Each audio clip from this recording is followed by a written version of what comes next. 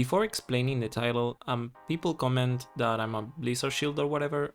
I want to make it very clear that I do in fact like Marvel Rivals. I spent hundreds of hours in the game already and reached Eternity in Season 0. This video is not a jab to Rivals as a whole, but some worries I have for the future of the game after the Season 2 reveal and their plans for the future. I also would like to do Rivals content here and there, but I got burned out just before I came back to making videos, so expect some during the next months. First, I want to talk about the good of what got revealed and the things that will have a positive impact. Emma Frost is a newest hero and a female Vanguard, which is something we lacked. I'm not going to go into the visual design as that's not what I tend to analyze in this type of videos, but as a short opinion, I don't love it, but I like that she has a different body type than most characters, and her personality and interactions are really well made. Her gameplay though, it's very cool, and it's a nice addition to a few heroes who encounter defensive ults, hopefully discouraging the overuse of heroes like Cloak and Dagger, Luna, and Invisible Woman. I do have a few concerns, especially in regards to how effective form swapping will be, since she has a charge up on her primary, which I don't believe is stored while you change forms, which could be a very huge anti-synergistic part of her kit. At the same time, she does seem to deal absurd amounts of damage, but in real situational scenarios. I don't doubt that they will balance her as needed in the future, so no issues there. Regardless, I am pretty excited about what she will bring to Rivals competitively speaking. The other huge thing that they announced is an improvement to the network system, which I want to believe means not only for the replays, but for the game as a whole. It was a must thing that needed to be fixed, as reg issues on most projectile heroes or dashes, like in the case of Black Panther, were incredibly common and just shouldn't be acceptable in a PvP game to that degree. You can go and play Moon Knight right now and count how many of your shots did the hit sound effect while actually dealing no damage. I'm sure you will be surprised. This type of small improvements to the quality for the game is the direction they should take in my opinion, as they already have a ton of systems and heroes to take care of. Now, the problems start with the first announcement they did in the devlog. Seasons will last for 2 months and a new hero will be available each month. Why is this a problem? Well, at first, there is nothing wrong with more stuff, right? It's just more content. Well, to begin with, the season duration reduction is a good change in my opinion. It's true that 3 months felt like it dragged on for a bit longer than needed, especially in the future where there could have been less content. The core issue is that the thing they said they wanted to fix is freshness and how a huge amount of players drop the game even if it's still doing really good numbers. Now, the solution being, oh, let's just do more heroes and maps and skins, can work. If your goal is to make people open the game to just try stuff out, then yeah, which is the case for more casual gamers. For those people, that's probably a good thing. The issue is that first, this isn't solving the core issues with the gameplay of Rivals, which is the main reason people are dropping the game. The game gets repetitive rather fast, and the gameplay loops of most heroes, especially supports and tanks, are rather similar every game, and even among heroes of their own class.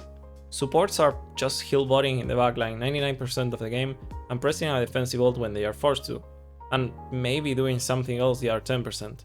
There is no dynamic on their positioning or gameplay and will eventually bore people out. Yes, Jeff exists and he is pretty unique, as the optimal way to play him is like a backline assassin, but that is one hero and the least popular strategy is that. Meaning 99% of games you will be running against 2 people doing the thing I mentioned over and over again. Vanguards suffer from this to a lesser extent, but most of them have a very linear and repetitive pattern. As Venom, you go in, press secondary fire, you use your E to stall and get out if you need. That's kind of it. His kit has very few options compared to tanks in other games. And this isn't just Venom. Mag, Strange, Thor, and The Thing suffer from this exact issue. At least Vanguards like Cap and, well, now Emma, offer a bit more in terms of what your gameplay loop will look like. If your idea is to build a player base that sticks with the game long term and doesn't get bored in just a few months, this just isn't the way to do it. I think it's really worrying that a game that came out 4 months ago is already changing release schedules and such cause of a lack of freshness. The last issue with all of this is that long term this will mean a big quality drop.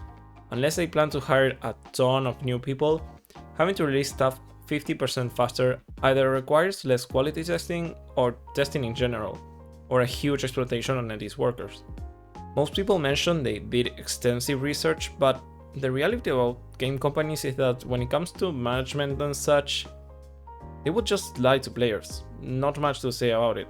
We saw it with Overwatch and the Overwatch 1 to 2 transition, League and the chess drama, or the skin department just suffering a huge quality cost. No matter the game, at some point they will lie to you, so you don't have to take everything they say to face value. The only possible reason for this, without any of the previous drawbacks, is that they have been working on the game for a long time, and they have many heroes close to being able to be released.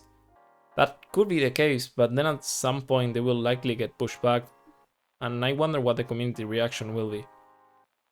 Now, talking about balance changes, there is good and there is bad. First, the good thing is they are at least somewhat aware of how bad stalling can get as a whole, and they are nerfing Adam and Loki's shift to reduce it. Now, I would have preferred a duration reduction, as again, a 40-second cooldown really limits the way you can use an ability, but at least it's something. I am worried that they will somehow still left Luna's ult with 12 seconds of duration, though I want to be very clear, Luna isn't OP or anything, she's just really fun to go against a Luna plus Loki, which literally means almost half a minute where people won't die. And as I mentioned, this is a pretty common occurrence. I also wanted to do a small section for the rocket changes. On one hand, Rocket is statistically one of the best performing supports in the game, while playing with a Rocket can often feel like he isn't doing anything due to his kit being very passive in nature and having a top of power in just not dying. A support not dying is incredibly powerful, so when you have a hero with 2 dashes, self-healing, a small hitbox and a wall climb, yeah, I think you can see the issue. The good side of changes is that they are shifting a ton of self-survivability into team utility, so hopefully he will feel more powerful to play or as a teammate, or he will actually be somewhat killable like the other strategist. The bad side of changes are on his ult. We do not need more defensive ult. Rocket ult was unique in that it was purely offensive and it actually enabled many duelist ults to be able to kill through strategy ult. Now the damage boost is reduced in favor of granting shields. It's just really disappointing with that direction, especially when Ultron's kit has been leaked and seems to be, at worst, another half offense half defense ult. But hopefully it isn't just another 10 seconds of not being able to kill people ultimate. The other problem with balance, which hopefully is just a thing they're doing now to solve the domination of triple tank or support comps, but they are essentially power creeping the fuck out of duelists. Rather than nerfing the overperforming DPS, they are buffing essentially every DPS that isn't hard meta right now, even some that are doing fine, at least statistically.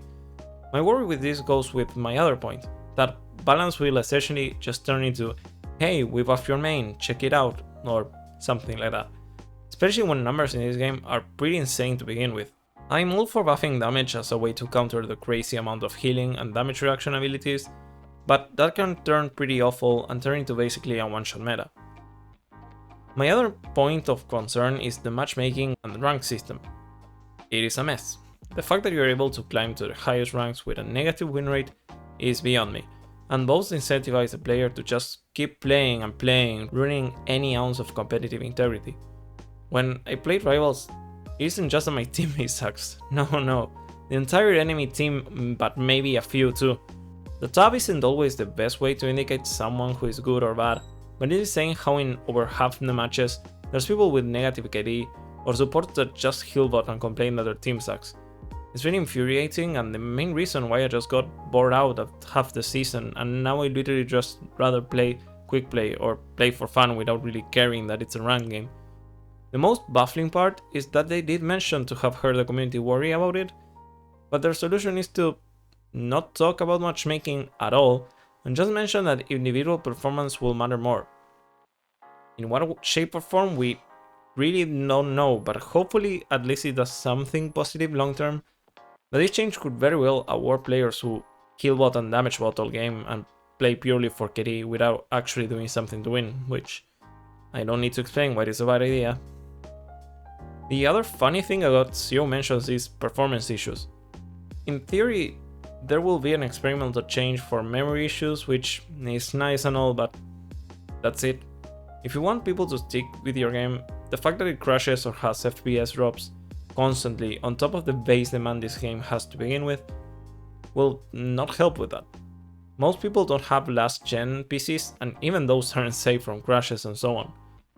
Yes, some people will say, oh, give them time or whatever, but the reality is this has been an issue since the beta, and there has been zero signs that they are actually investing in improving the performance of the game.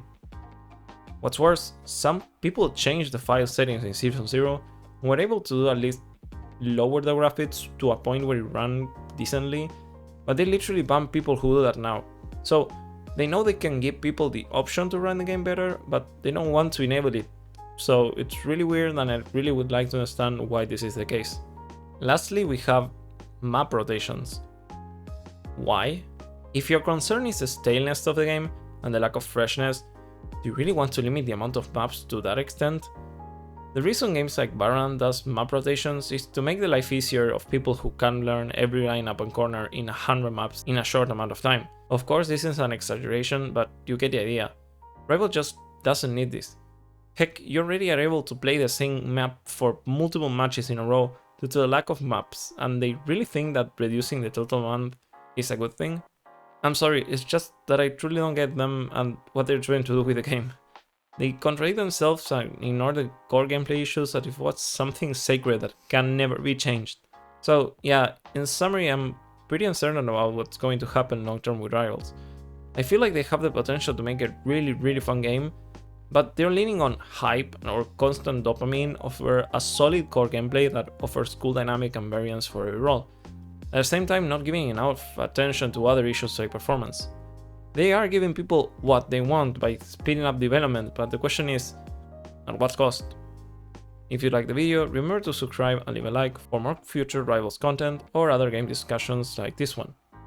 That's all everyone, tell me what you think of the future of Marvel Rivals. Do you think I'm just exaggerating, or do you believe things could be done differently so the game can stay relevant for years? And see you next time.